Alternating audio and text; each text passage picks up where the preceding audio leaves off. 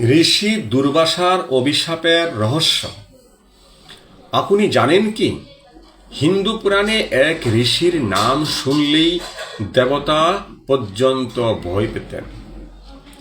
তিনি হলেন ঋষি দুর্বাসা, যিনি তার অতুলনীয় রাগ ও অভিশাপের ক্ষমতার জন্য সমগ্র 3 লোকে পরিচিত ছিলেন।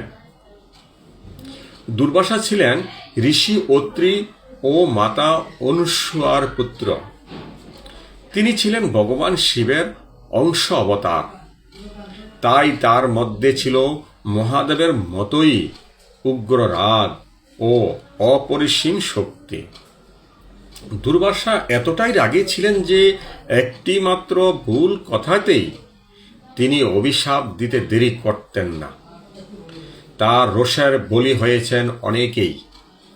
দেবরাজ ইন্দ্র, দেবী সরস্বতী, রুক্মিণী, এমনকি শকুন্তলাও তার অভিশাপের বিপাকে পড়েছিলেন।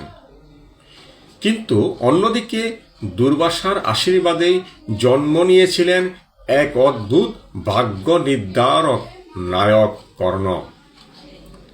কারণ দুর্বাসার দেওয়া বরেই মাতা কুন্তী যে কোনো দেবতাকে আহ্বান করতে পারতেন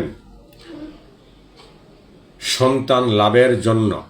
যদি দুর্বাসা না থাকতেন তাহলে হয়তো মহাভারতের কর্ণ ও পঞ্চ পাণ্ডবের অস্তিত্বই থাকত না।